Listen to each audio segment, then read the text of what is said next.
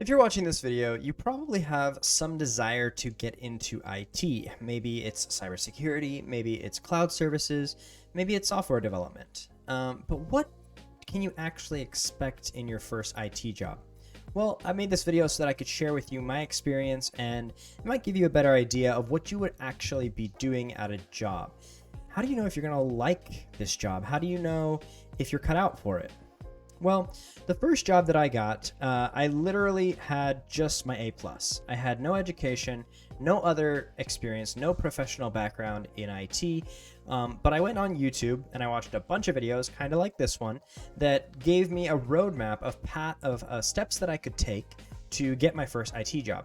So I got my A+ certification, and as soon as I got it, in fact, I think even before I got my A+, I started applying to every IT job opening that I could find. But I looked on Indeed, I looked on ZipRecruiter, I looked on LinkedIn. I literally just spammed everyone and said, I have an A+, I've done home lab, and that's pretty much it. Fortunately for me, I got someone that was willing to take a chance. And I think if you are persistent and you have at least one certification to show that you're serious, it's only a matter of time before you find somebody that's willing to take a chance. This first position is probably going to be help desk, IT support, service desk, desktop support, some position title like that. For mine, it was a little weird because the first position I got was titled network technician, but basically I was a glorified help desk.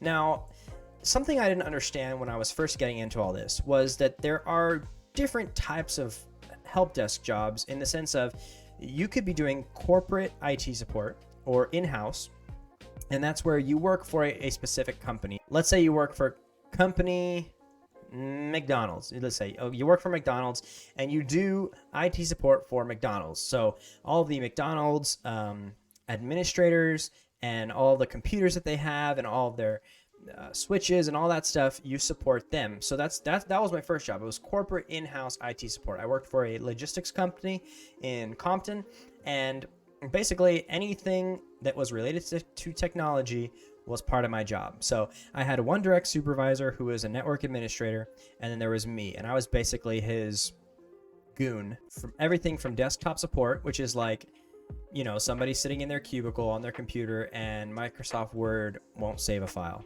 or their printer won't print, or they're not connected to the internet, or their phone extension is wrong, or their name is wrong listed on their phone extension. So it could be anything from VoIP phones to wireless access points, to the actual desktop computers themselves, and like a little bit of networking. It's like a little bit of everything. And this is a really good way to get started because you get introduced to everything. If you want to get into IT, the best thing that you can do, I would say, is get your first job. If you don't have your first job yet, get your first job. And even if you just have one certification, that can be enough to get in the door. And I think once you get into that first job, you start getting experience, and experience is the most valuable thing that you can have to continue on in this field.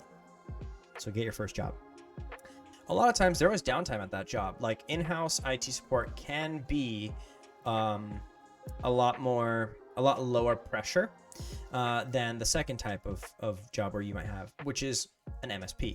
MSP stands for Managed Service Provider. This is basically a company that is just doing IT support for other companies. So let's say there's a mom and pop shop that, you know, they only have 20 employees and they don't really want to hire a full-on network administrator for just their 20 employees and like 16 computers that they have.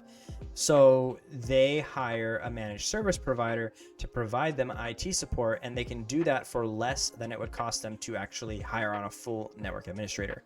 Now, some people think this is the way of the future, and it makes sense because if you hire an MSP, you get the expertise of maybe 2 network admins and 3 help desk people, and you're not even paying the full salary of 1 network admin. The difference that I want you to know about, that I have learned through working both, is at an MSP, you have a ton of different clients, and it's a lot more fast paced and a lot higher demand. You're basically like an IT factory. Like, you are cranking through tickets and you want to resolve them as effectively and quickly as possible. Like, the target goal for resolving a ticket is 15 to 30 minutes.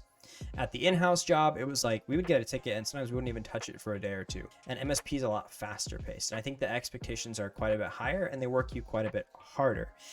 The advantage of that is you learn a lot. So, being under higher pressure causes you to be able to learn and grow faster. So, they both can be really great. It really depends on the company as well, in terms of like, do you have opportunities for growth or like to move up within that company?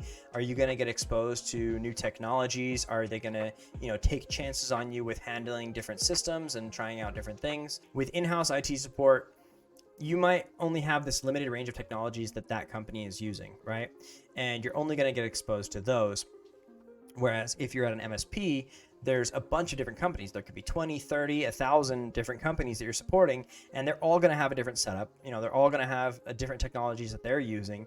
And a lot of it might depend on the MSP and how you set them up, but they may have some pre-existing systems or things when they come on, and you might get exposed to a lot more. So I would say if you're looking to dive in the deep end, definitely go for an MSP. And there's a higher turnover at MSPs, so there's a high demand for employees. And a great way to find your way into that is Bowman Williams. They're a placement agency that specifically places candidates at managed service providers. Hopefully that gives you a good idea of what you can expect. And I think that they both have their advantages and disadvantages. One thing I really liked about the slower pace was, I'm fairly self-motivated. So during the downtime, I would do my best to continue to educate myself. And I would ask my boss, like, hey, what should I learn to get better at this job? And he said, learn PowerShell. So I started making PowerShell scripts, and I really enjoyed that. And then, I asked him, what should I do now? And he said, learn Cisco command line. Use Packet Tracer. So at work, I was getting paid to just mess around on Cisco Packet Tracer and like try to recreate our internal network with Cisco Packet Tracer. But at the same time, like if you're not super motivated or you're not super interested in stuff, you might stagnate and you may not grow as much. Like one of the downsides of that lower pressure, slower pace was like they were encouraging me to get certifications. But the culture was kind of like, whatever, like it's not that big of a deal. You already have a job. Like, what do you need a certification for?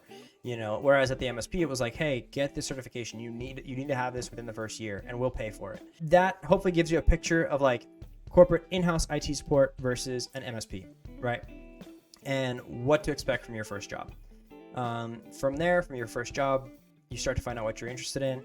You start to talk to people from higher levels, and hopefully, you find something that you really like, and you can start to specify in that, start to narrow down and specialize and upskill yourself.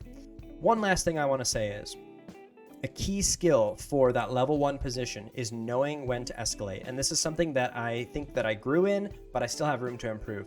If like knowing when you don't know something, because in the corporate environment, I was given freedom to just like figure it out. And the most important thing to my boss was, if I give you a problem, I don't want you to come back until you have solved it. If you have legitimate, well thought out, intelligent questions, you can ask me questions about it, but fix the problem. And I could work on it for hours, and all he cared about was that I got it done. At the MSP, it was a totally different culture. It was like, if you have worked on this problem for 15 or 30 minutes and you can't figure it out, or you don't have a plan of resolution, escalate it immediately, because you can't be wasting time on this ticket when there's 6 other tickets that have come in since you started that one, and you can solve those. Escalate this to the level 2 guy or the level 3 guy and work on these other tickets that you can fix. So that's also a good thing to keep in mind is, time is valuable, and know when to escalate. Like, I think communication with your team and understanding the culture of the company is super important, because if you know what their expectations are, then you'll be able to deliver. All right, that's all I got for you guys. Thanks for watching. If you like this content, please subscribe, and I'll see you in the next one. There's one more thing I forgot to say.